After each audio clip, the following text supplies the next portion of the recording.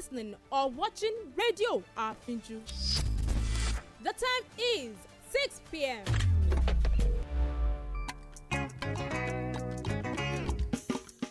Ẹ bá mi pè o. Àfíjù. Kí lorúkọ rẹ̀? Àfíjù. Rédíò. Àfíjù. Gbogbo èèyàn ló ń gbọ́ Àfíjù. Gbogbo èèyàn ló ń gbọ́ Àfíjù. Lórí WhatsApp. Àfíjù. Instagram. Àfíjù. Facebook. Àfíjù. Lórí X. Àfíjù. Lórí YouTube. Àfíjù. Lórí TikTok. Àfíjù. Kí lorúkọ rẹ̀? Àfíjù. Ẹ bá mi pè o. Àfíjù. Rédíò. Àfíjù. Gbogbo èèyàn ló ń gbọ́ Àfíjù. Gbogbo èèyàn ló ń gbọ́ Àfíjù. Gbogbo èèyàn ló ń gbọ́ Àfíjù. Gbogbo èèyàn ló ń gbọ́ Àfíjù. Rédíò Àfíjù. Rédíò Àfíjù. Rédíò Àfíjù. This is the world news on Radio Afinju.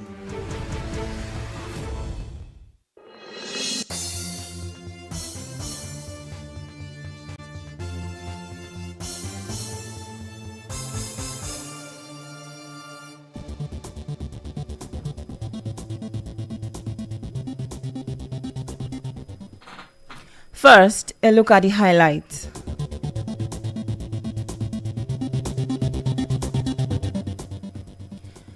APC removes granting automatic tickets to National Assembly members. 2 suspected Uganda rebel killed in Kampala blast. Canada to expedite nation-building projects to counter Trump.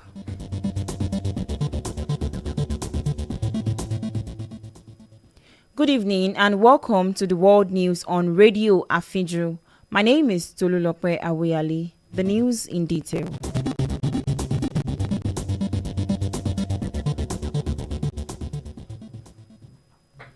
The All Progressives Congress has dismissed widespread reports suggesting it has granted automatic tickets to all current members of the National Assembly, labeling the information as fake news.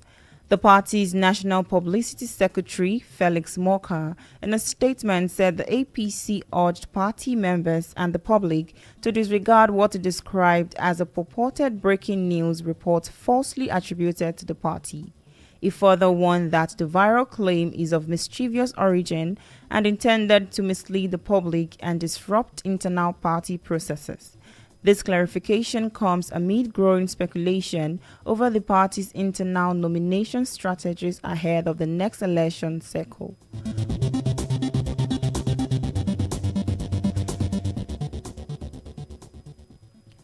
The Deputy Speaker of Ondo State House of Assembly, Abayomi Akinruntan, has resigned his position, citing the need to align with the conventional arrangement of elective position in the state. The resignation letter of the former Deputy Speaker representing Ilaje Constituency 1, who is the son of Olugbo of Ugbo Kingdom, Oba Frederick Akinruntan, was read at the floor of the Assembly by the clerk, Benjamin Jayola. Akinruntan, who was absent during the plenary, was elected as the Deputy Speaker of the Assembly in June 2023, a position he occupied until his resignation. Following Akinruntan's resignation, the lawmaker representing Okitipupa Constituency 2, Ololade Gbegude, was subsequently nominated by Oluwatoyin Japheth, Akoko North East Constituency, and seconded by Chris Ayebosewa, Okitipupa Constituency 1, as the new Deputy Speaker. Following the nomination of Gbegude, which was not contested, he was subsequently sworn in as Deputy Speaker with the pledge that he would serve in his new role with due diligence. Similarly, the majority leader of the Assembly, Oluwole Ogunmolashuyi, also stepped down from his position, with the lawmaker representing Ose constituency, Olatunji Oshati, announced as the new majority leader.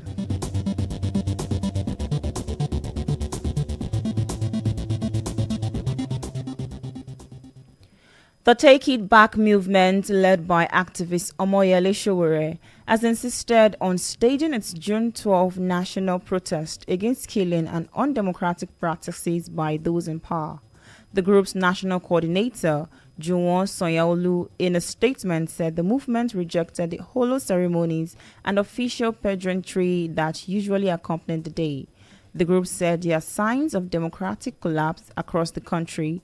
It lamented that democracy, which was won through struggle, sweat, and blood, has been dismantled by the very forces that once promised change.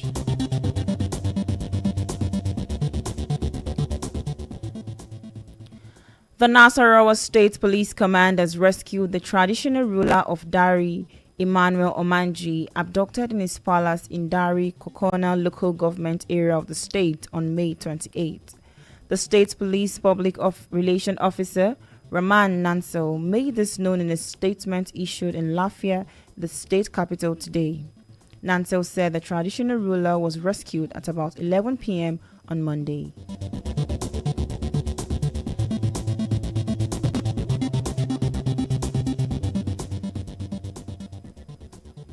The Chief of Army Staff, Olufemi Oluyede, has relocated to Makurdi, the Benue State capital, over the incessant killings of innocent villagers by herders and militia groups.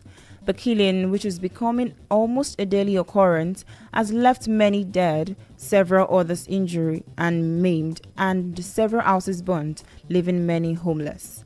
It was gathered that Oluyede departed Abuja in the morning, accompanied by his principal staff officers and top officers at the Army headquarters to the states to have an on-the-spot assessment of the situation on the ground.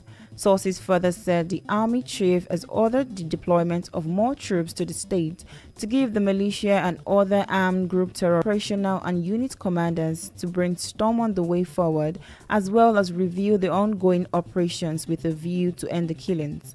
It will also visit troops' location and operational bases in the state to interact with troops and boost their morale and fighting spirit.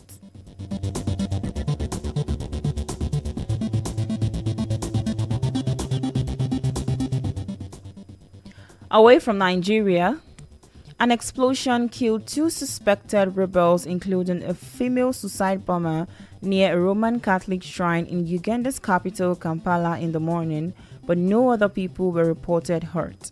It was learned that the blast near the Munyono Matara shrine in the south of the city had killed at least 2 people as Ugandans assembled to celebrate the Martyrs' Day, which commemorates Christians who were killed for their faith in the 19th century. Ugandan's army spokesman Chris Magezi told reporters that 2 assailants were thought to be linked to Allied Democratic Forces ADF, a Congo-based rebel group allied to Islamic State, which claimed responsibilities for multiple bombings in 2021.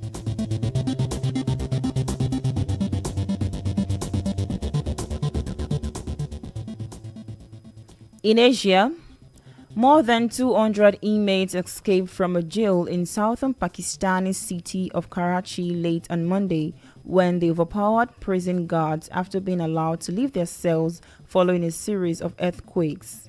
The provincial law minister, Zayahul Azan Lanja, told reporters at the scene that the jailbreak began just before midnight and continued into the early hours of today after hundreds of prisoners were allowed into the courtyard of the district Malir prison because of the tremors. Police said the prisoners snatched guns from prison staff and forced open the main gate after a shootout, evading paramilitary soldiers. Provincial Police Chief Gulham Nambi Memon disclosed that at least 1 prisoner was killed and 3 guards wounded. He added that some of the prisoners entered the apartment complex before being taken away by police.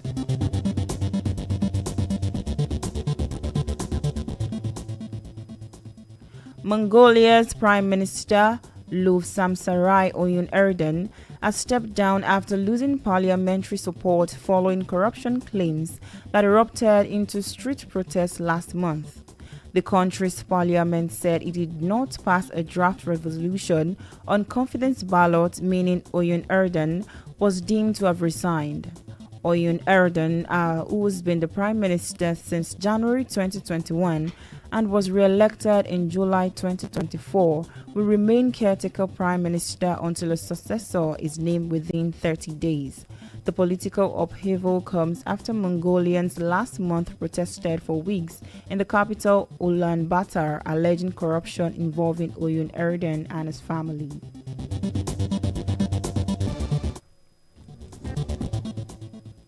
In Europe, a Ukrainian government delegation arrived in Washington to discuss military support and sanctions against Russia a day after Kyiv and Moscow held their second round of peace talks. President Volodymyr Zelensky's chief of staff, Andriy Yermak, said he arrived in Washington together with the first deputy prime minister and other government officials. Yermak said the officials would also discuss the bilateral minerals deal, which gives the United States preferential access to new Ukrainian mineral projects, and set up an investment fund which could be used for the reconstruction of Ukraine. Ukraine and Russia made a little progress during their second round of talks in Istanbul and remain far apart in their positions. President Zelensky has been repeatedly urging the United States and President Donald Trump to impose tougher sanctions on Russia if Moscow stalls the peace talks.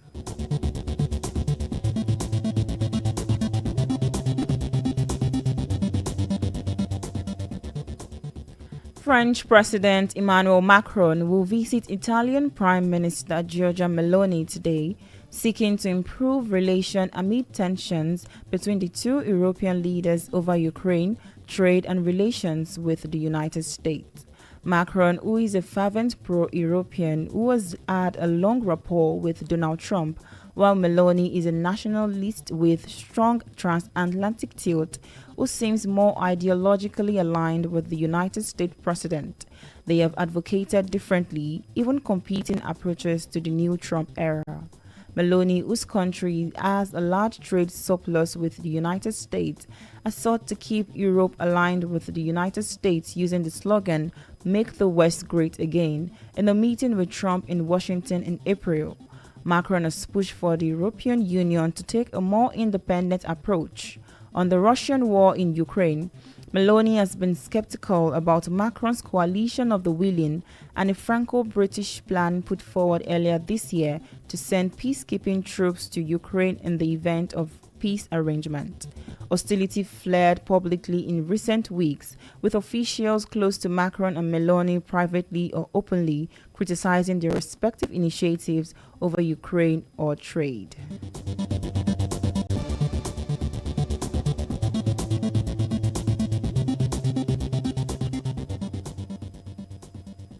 In the Americas, Canadian Prime Minister Mark Carney said his government will start pushing legislation that would fast-track ambitious national projects to boost Canada's economy now faced with Donald Trump's tariffs.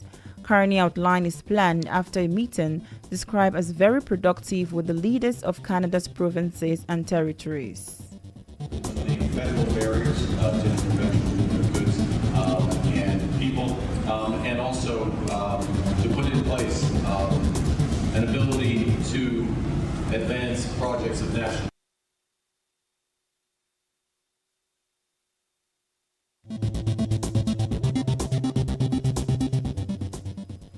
Carney said his plan is to narrow down a list of nation-building projects like pipelines, nuclear reactors, and trade corridors, and create a framework in which the projects would be approved under 2 years' time. The goal, he said, is to quickly build infrastructure that would make Canada the strongest economy in the G7, as well as strengthen the country's autonomy and resilience in the future. President Trump has imposed tariffs on Canadian steel, aluminium, and its auto sector, and he said he has plans to double levies on steel and aluminium to 50% starting on Wednesday to further secure the steel industry in the United States, but Carney called the latest tariff unjustified and unlawful.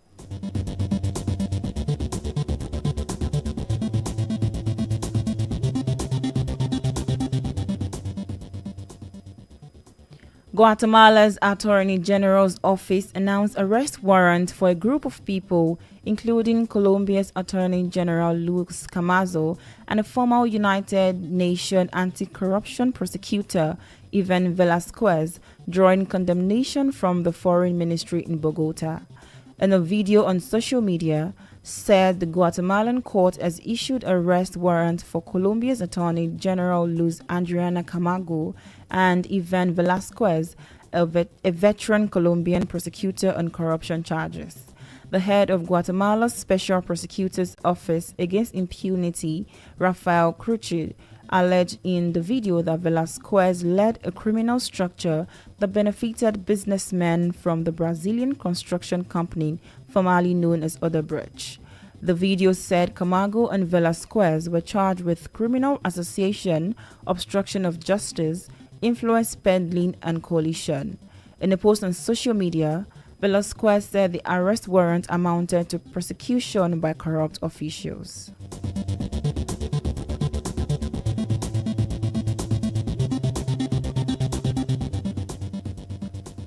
In the Middle East, the United Nations Secretary General has called for an independent investigation into the killing of Palestinians near an aid distribution center in Gaza on Sunday, amid disrupted reports that Israeli forces had opened fire on people waiting to collect aid. Witnesses reported being shot at while waiting for food from the center at Rafah, run by United States and Israel-backed Gaza Humanitarian Foundation. The Red Cross said its hospital received 179 casualties, 21 of whom were dead, while Hamas run a civil defense agency death and put the death toll at 31. The Israeli military had denied its troops fired at civilians near or within the site and said reports of this effect were false. The GHF said the reports were outright fabrications and it was yet to see the evidence.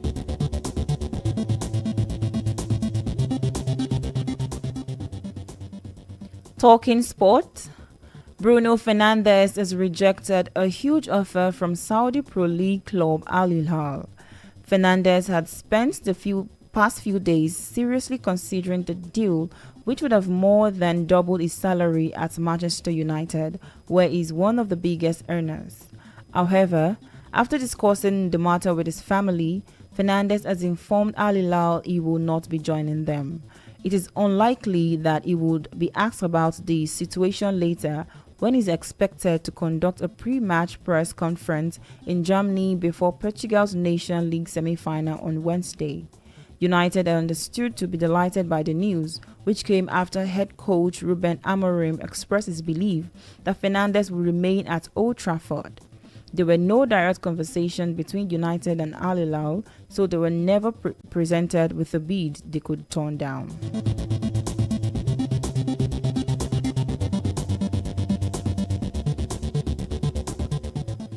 Before we go, here again are the highlights.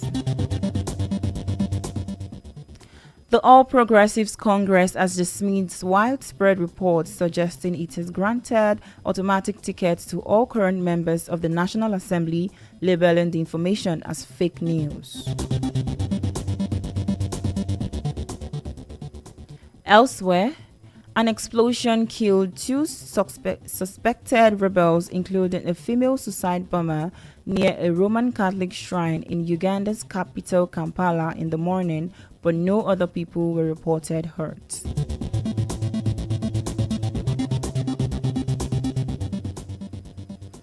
In the Americas, Canadian Prime Minister Mark Carney said his government will start pushing legislation that would fast-track ambitious national projects to boost Canada's economy, now faced with Donald Trump's tariff.